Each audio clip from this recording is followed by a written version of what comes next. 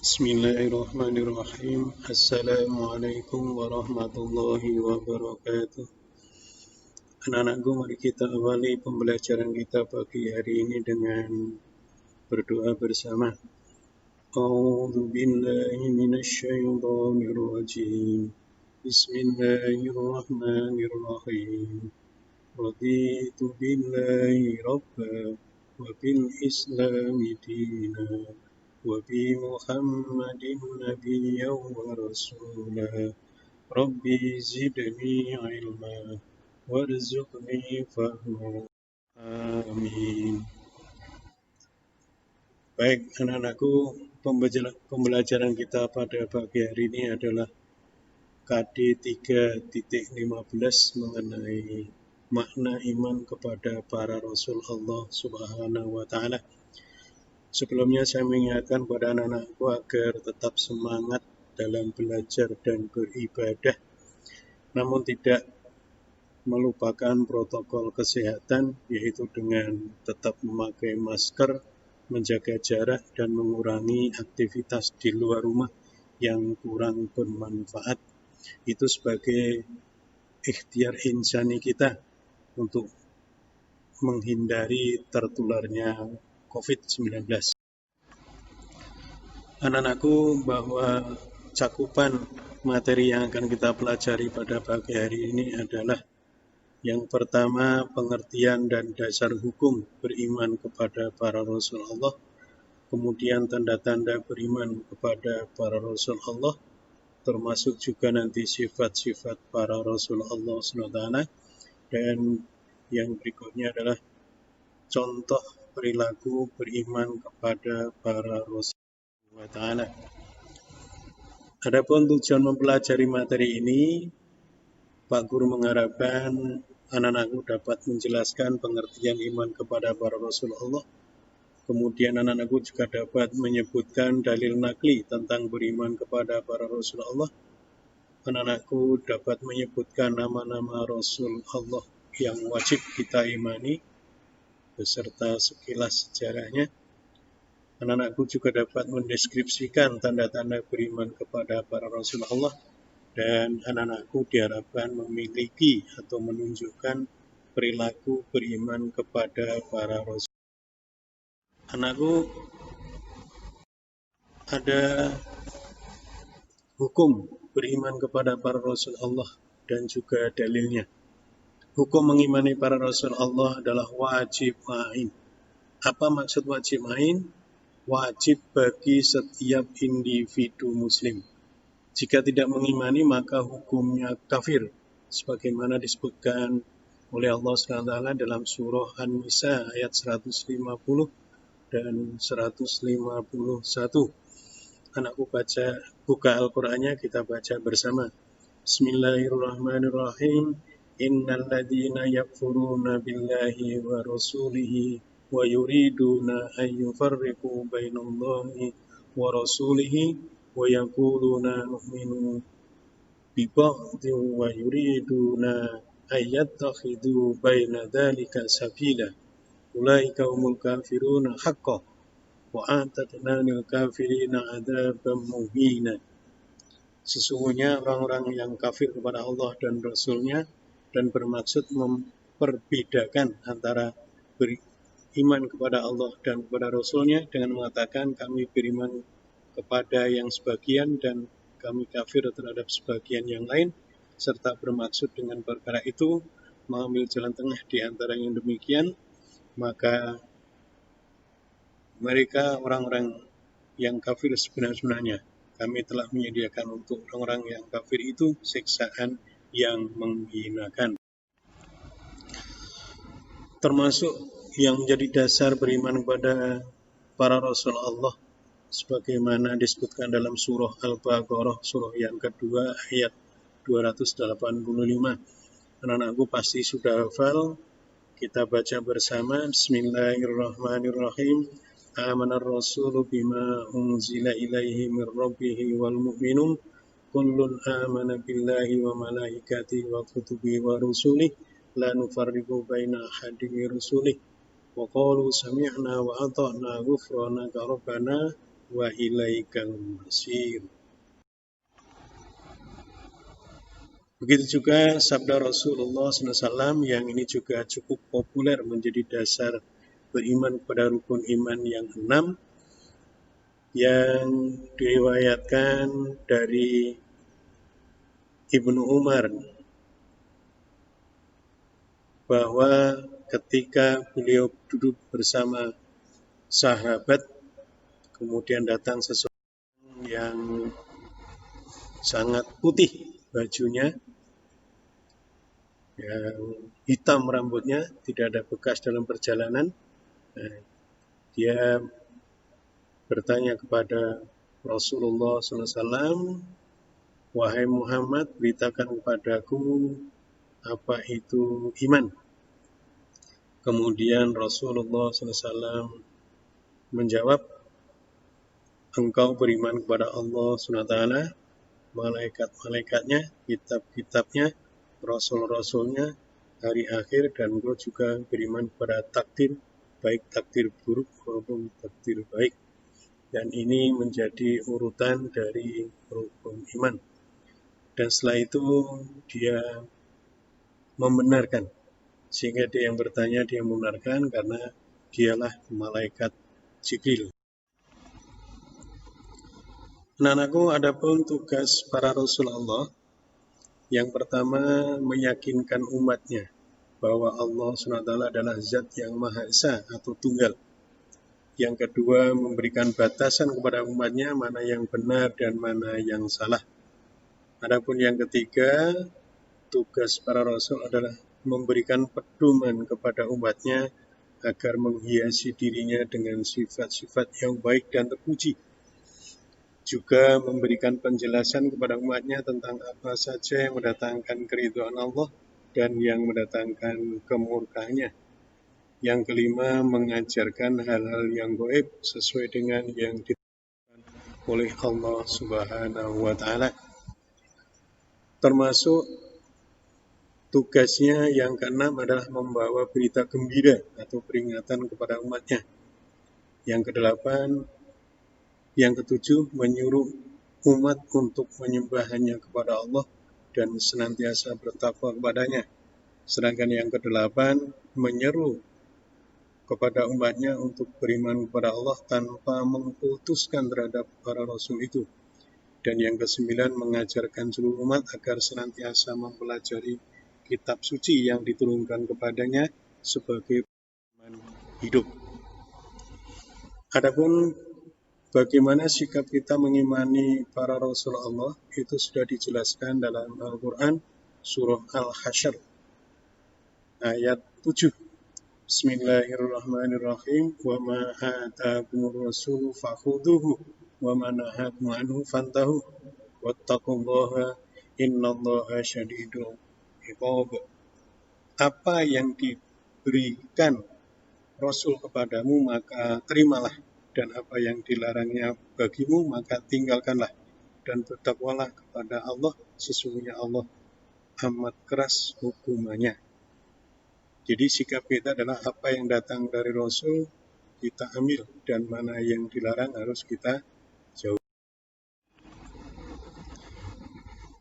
Adapun ciri seorang Rasul, anakku, yang pertama laki-laki, yang kedua sehat jasmani dan rohani, yang ketiga mempunyai akal yang sempurna atau cerdas, yang keempat berjiwa ismah, artinya jiwa yang mampu mengendalikan diri dari berbuat dosa.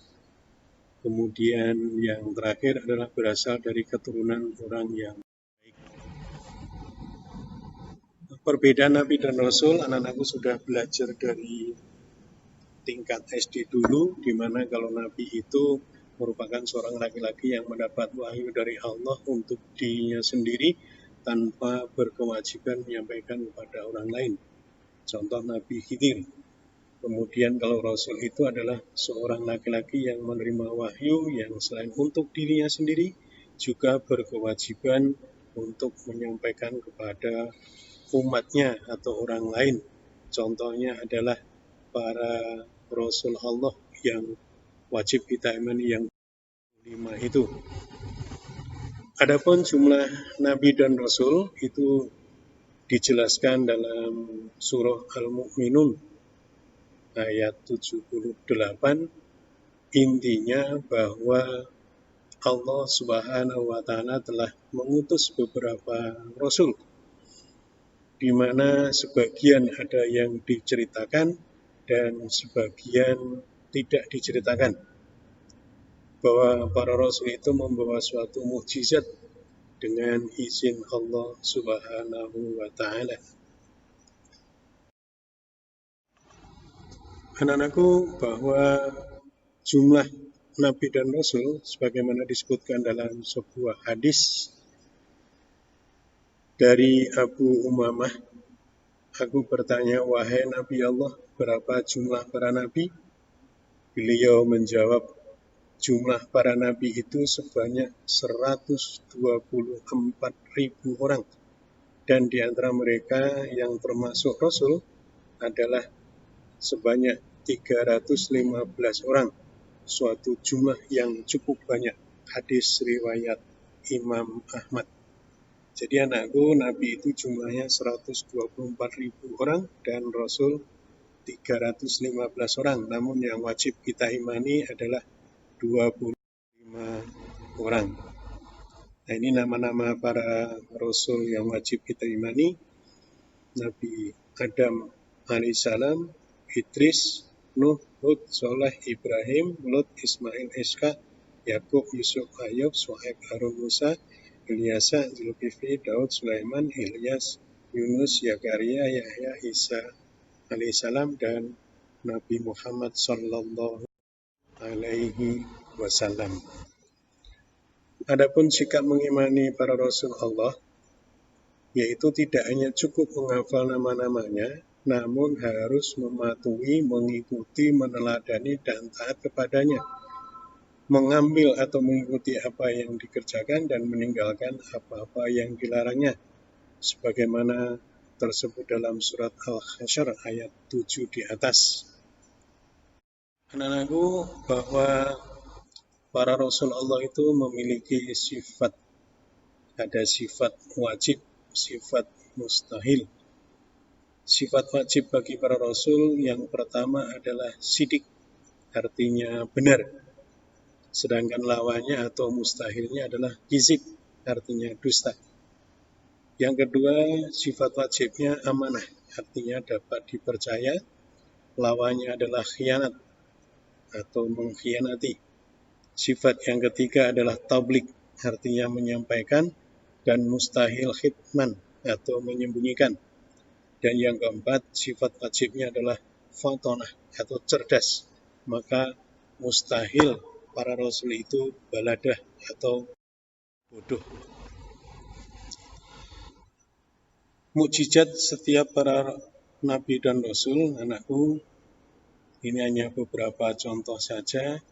Apa itu mukjizat? Mukjizat suatu kejadian luar biasa yang menyalahi adat kebiasaan dan hukum sebab akibat, di mana mukjizat itu dikaruniakan oleh Allah SWT kepada para rasulnya. Ada beberapa contoh mukjizat para rasul Allah. Pertama, Nabi Ibrahim alaihissalam tidak hangus ketika dibakar oleh Raja Namrud. Yang kedua, tongkat Nabi Musa alaihissalam berubah menjadi ular besar yang memakan habis ular ciptaan tukang sihir Raja Fir'aun. Yang ketiga, Nabi Isa alaihissalam mampu membuat burung dari tanah, menyembuhkan penyakit kusta tanpa pengobatan, dan dapat menghidupkan orang yang telah mati. Dan yang contoh yang keempat dari Nabi Muhammad SAW, di mana mukjizatnya yang terbesar adalah Al-Quran, yang isi kandungannya serta keindahan bahasanya tidak ada yang menandai. Adapun tanda-tanda beriman kepada para Rasul Allah SWT, itu yang pertama dari sikap mental, bahwa kita wajib mempercayai para Rasul atau Nabi Allah. Yang kedua, bahwa para Nabi Allah itu memiliki sifat-sifat sebagaimana yang kita sebutkan di atas.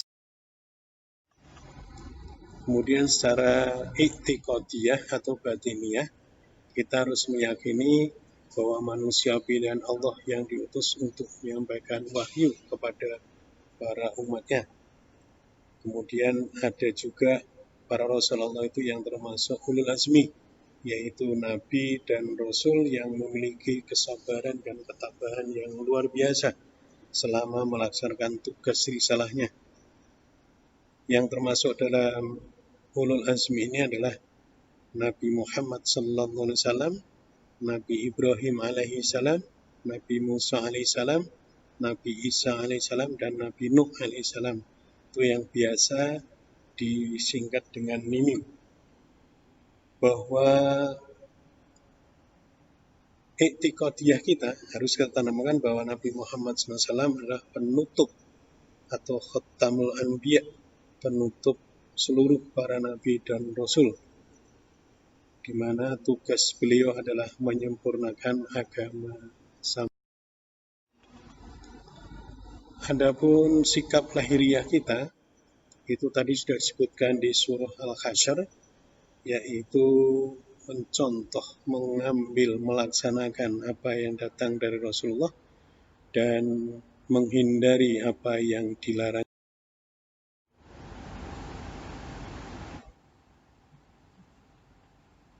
Adapun tanda beriman kepada Allah yang sifatnya amaliyah, yaitu melaksanakan seruan Rasulullah SAW untuk beribadah hanya kepada Allah SWT, termasuk juga giat dan rajin dalam bekerja, sebagaimana disebutkan dalam hadis yang diriwayatkan oleh Imam Bukhari dan yang lain.